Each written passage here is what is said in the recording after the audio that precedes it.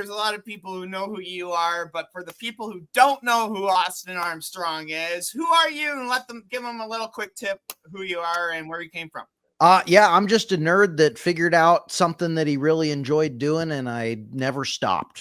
I've been doing social media marketing for 21 years now, which is kind of crazy to think about.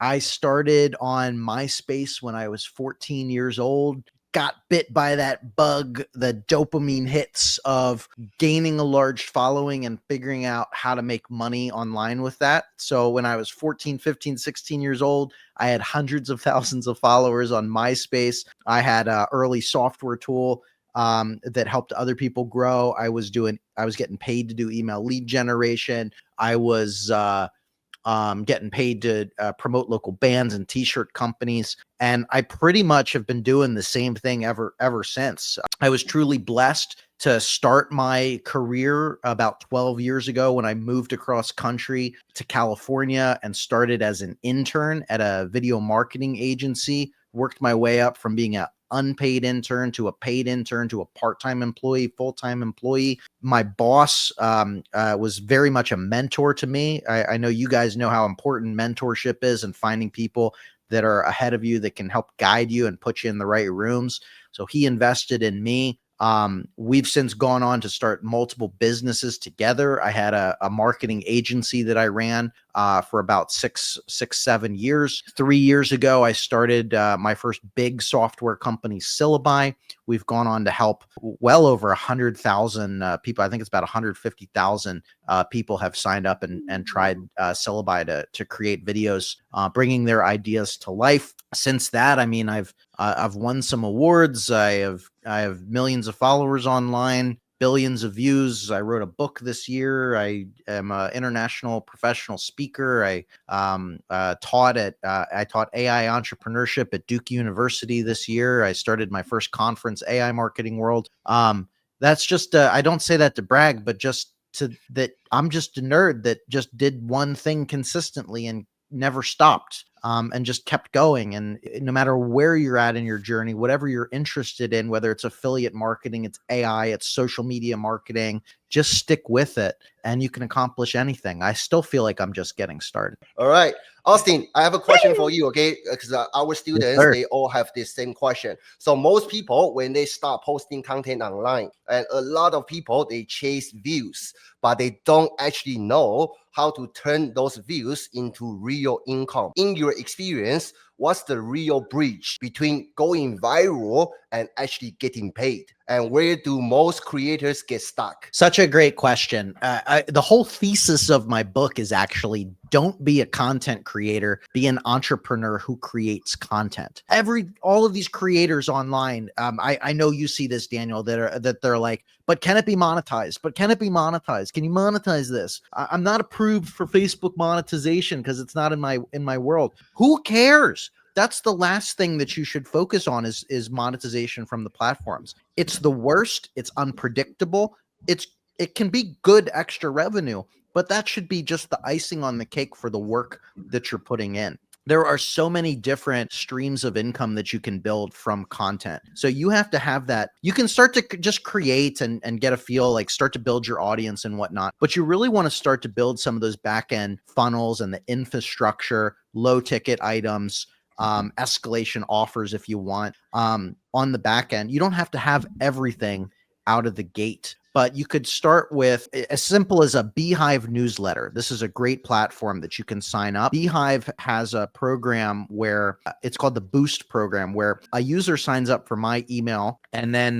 they get a list that says, would you also like to sign up for this related newsletter? And if they click yes on those related newsletters, you get paid. So you sign up for these. And so basically, and they pay like $1 to $2 per verified email. So just by creating content and sending people to a free newsletter, you can get a decent amount of money that way. Another great way is affiliate marketing. I love and obsessed with affiliate marketing.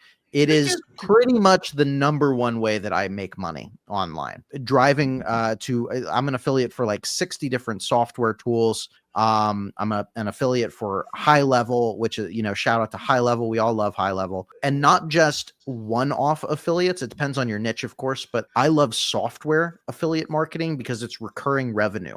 So I get somebody to sign up for xyz.ai.com.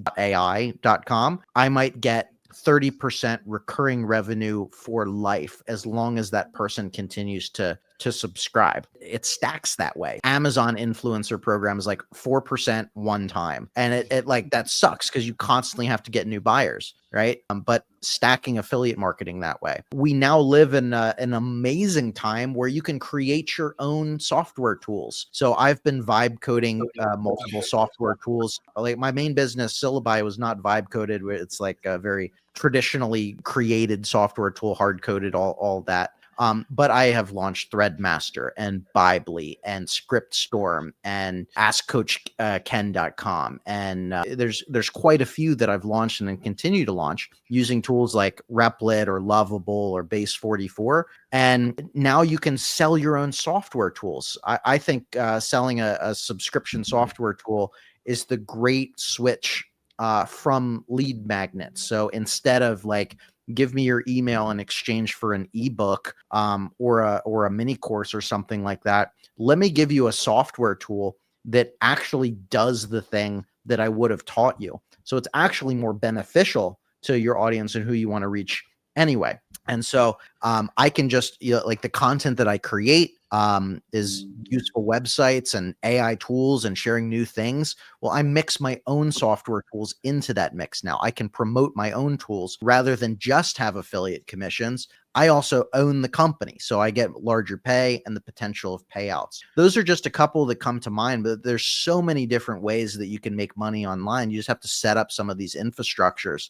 And then by the time that you hit monetization, you've already made so much money from these other things that you're promoting that it doesn't even matter. Everybody just flips it and they say like, I can't make money until I'm monetized. You might never be monetized. You might live in, you might live in a country that never will monetize you. Well, who cares? You still can reach hundreds of thousands to millions to hundreds of millions of people. Leverage that to sell things. You've built platforms multiple times, even after losing a 900,000 TikTok account. When creators hit a setback like that, what's the mental framework you use to rebuild without hesitation? That's a good one. I have a love-hate relationship with TikTok. I've I'm on my kid's account, man. If you know.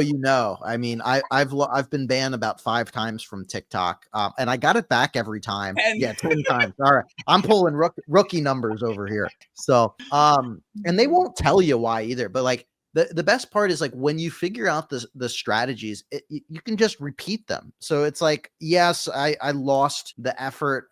Know that it's important to diversify. So like the first time that I was banned from TikTok, it forced me to try and figure out all of the other platforms. And so like if I'm banned on one platform, like, yeah, it freaking sucks, but I'm not like in that vulnerable of a position where my entire business is impacted, right? Because I've built all of the other security blankets. Like I have an email list, I have Facebook, I have Instagram, I have TikTok, I have YouTube, I have LinkedIn, I have X, all of these platforms. So it builds up your safety net. A lot of the time, if you're not posting like really bad criminal stuff, you can sometimes get it back. It's a little tricky, but just knowing that I can build it back. I mean, my TikTok's on a roll right now. I'm back, I lost almost 900,000, but now I'm back up to about 330,000 again. There's repeatable processes that just work. And so they can ban me a million times. I'm like the cockroach of social media. I'll just keep coming. You can't kill me. I know what to do. I love that. That's my attitude too, man. Get stuck.